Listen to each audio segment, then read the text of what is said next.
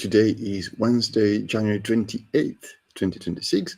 My name is Francisco Gaffney, and this is my daily stream all about governance, risk, compliance, and advisory boards. Now, let's start with a definition that I promised yesterday. What is impairment? In accounting, impairment is a permanent, significant reduction in the value of a fixed or intangible asset. And most boards treat impairment as a backward-looking accounting exercise. And I think that perhaps that is a miss. Particularly for digital and online platform exposed businesses, impairment testing is a signal.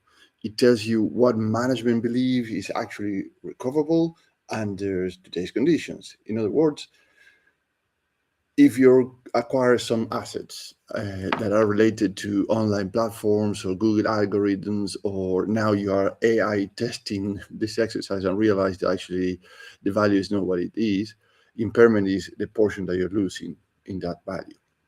So in today's context, a listed London Stock Exchange company that I'm following is a perfect example to show how impairment works. So the core business of this company is a digital media publishing group focused on gamers, trading card, game enthusiasts, and entertainment news. The digital media portfolio is treated as a separate cash-generating unit with Goodwill tested using a fair value, less costs to asset methodology, which is a valuation method used to impairment testing, and a revenue multiple. So what changed so far that actually impairment start to come up into their disclosures? So prior acquisitions of media brands were followed by the re-evaluation and impairments linked to traffic source changes, including Google algorithm changes and shift in underlying user bases. Now, what is the problem here? Let's look at three of them because actually they are very tied one to the other.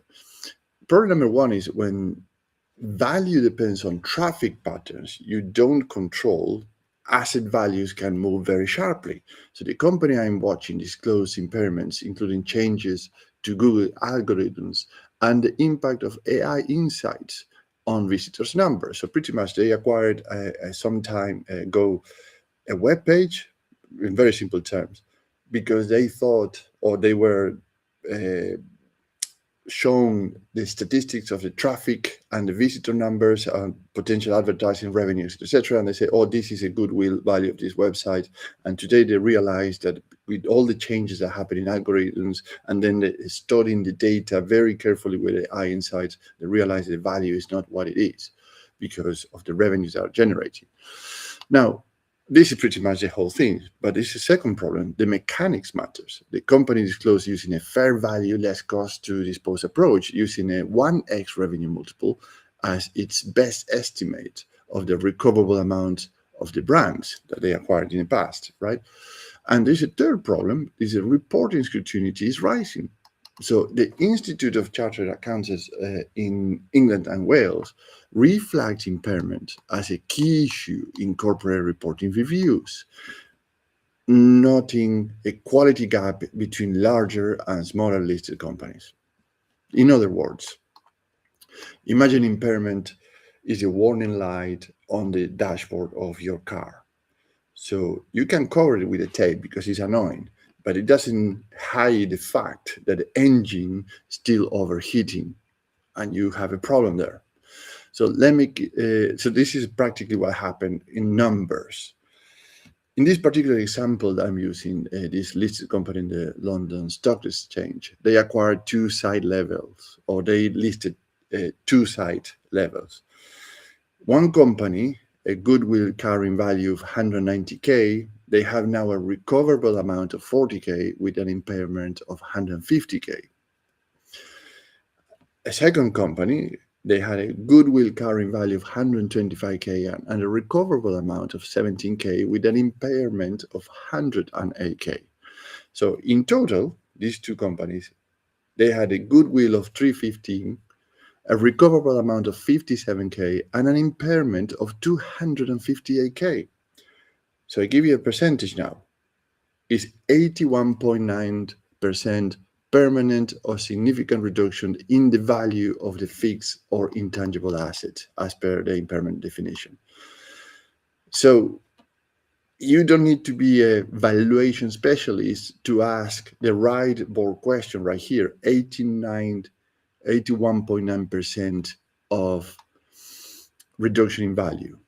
So as a board advisor, what I would propose to consider in this case, number one, ask what drives the multiple. If management uses a 1x revenue, ask what will justify 0.5x or 2x. So make them state the assumption in plain English and link them to traffic, yield, and cost base. Suggestion number two, demand a casual chain Google change. Remember, Google change means actually something changed in the algorithms, etc. That's not enough. So we cannot justify this, but we need a casual chain. So the step that brought the situation to where it is today. So don't accept a vague cause. So requires the team to spell out the full cause and effect path from the external changes to the financial impact with evidence at each step. So the disclosure itself of this component I'm following links impairments to algorithm changes on AI effects on visitor numbers.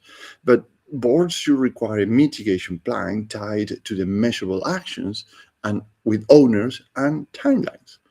And suggestion number three, use external reporting expectations as your discipline.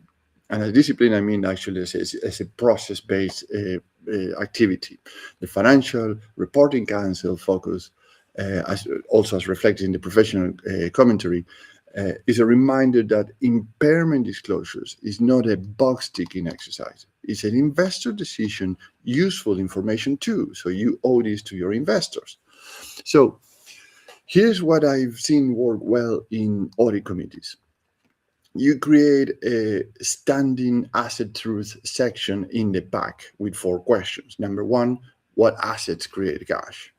And provide an answer. Number 2, what assets are deteriorating? Number 3, what assets are being rebuilt? And number 4, what is the board's exposure if the rebuild takes longer than expected? And why does this asset truth approach matter? For 3 things: outcomes, differentiators, and risk reductions. In terms of outcomes, you get an impairment early warning board checklist built around real disclosure triggers like algorithm-driven traffic decline and explicit multiple selection. In terms of differentiators, you translate accounting language into operating questions using the site-level examples with current value, recoverable amount, and impairment numbers, so directors can ask questions without getting lost. So what is this about, right? And number 3 is how you reduce your risk. You align your questioning to the UK reporting scrutiny signals. That is from the Financial Reporting Council and Institute of Chartered Accounting of England and Wales. So you reduce the chance of nasty disclosure surprises. So one action you can take home today, and it's doable in 30 minutes or less. In your next board pack, add 1-page table listing each cash generating unit, last year's revenue, the multiple used, and the top 2 drivers behind it. Right, so let's pause it here for today and reconvene tomorrow, because if you remember yesterday, I mentioned revenue fragility. And using exactly the same media company that listed in London Stock Exchange as an example, tomorrow I will go deeper into how connected TV shift the growth story, right? Because pretty much more than 80% of TVs today in the UK are connected to the internet. And that was the latest statistic in 2023. But shift completely how growth is perceived in media companies, and the governance traps inside the licensing and data uses. Right. So if interested, message me a warning light note in LinkedIn, and we set up a 30-minute call to understand your position and how an advisory board can help you with impairments, early warnings, checklists, and your board's agendas. So have a great day and see you tomorrow. Thank you and bye-bye.